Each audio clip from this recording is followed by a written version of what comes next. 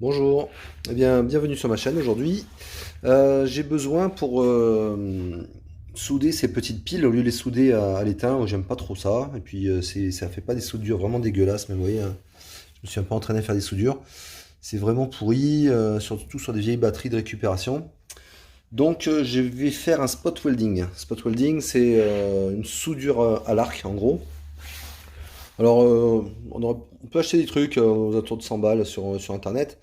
Mais voilà, j'ai une batterie, il me reste des câbles, des borniers, et j'avais aussi en stock là un solénoïde, c'est un relais. Et un petit, pendant ça, celui-là je l'ai acheté, j'avais besoin d'un petit bouton poussoir. Donc ça vaut 2 euros ou 1 euro même sur Amazon, vraiment pas cher. Donc ben, je vais construire un spot welding. Donc spot welding, en gros c'est, on va faire un court-circuit sur la batterie. Donc là on va brancher ça. Donc plus et moins. Et là, si je prends quelque chose, attendez, on va faire comme ça, n'importe quoi, là ça va faire, voilà, tac. Vous avez vu le petit, je recommence, je sais pas si j'ai si j'ai bien fait le, oui, ici, là j'y suis, regardez, le spot welding, mais là il n'est pas contrôlé, donc j'ai besoin de le contrôler avec le bouton poussoir, là, tac, vous voyez. Faire le point là-dessus. Regardez ce que ça fait sur le tournevis.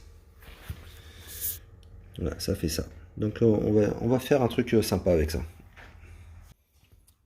Ouais, donc là je vais faire une rallonge. Je vais choisir la bonne cosse qui va bien. Voilà. Bon voilà la rallonge avec les cosses et les petites gaines thermo, voilà, pour faire ça comme il faut. Alors vraiment pour les pointes du spot, voilà, pour que l'arc se fasse. J'ai pris tout simplement du fil de cuivre un peu rigide.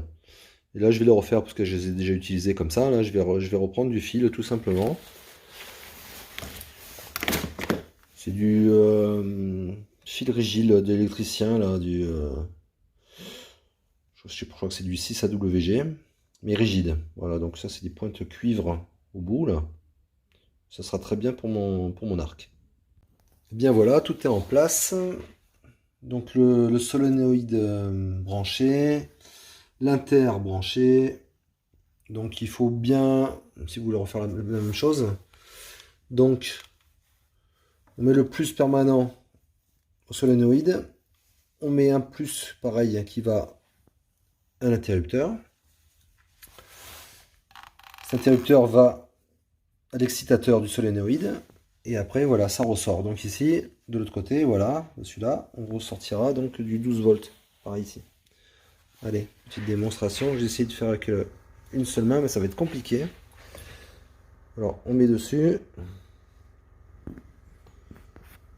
Voilà, c'est de me caler. Donc on fait comme ça, et là il faut que j'appuie sur le bouton, mais j'ai pas trop main. Bon allez, on va essayer. Donc j'espère qu'on verra bien à la caméra, parce que là je suis avec un smartphone, c'est pas forcément top. Là je suis dessus. Là, je vais faire l'impulsion. Voilà, hop.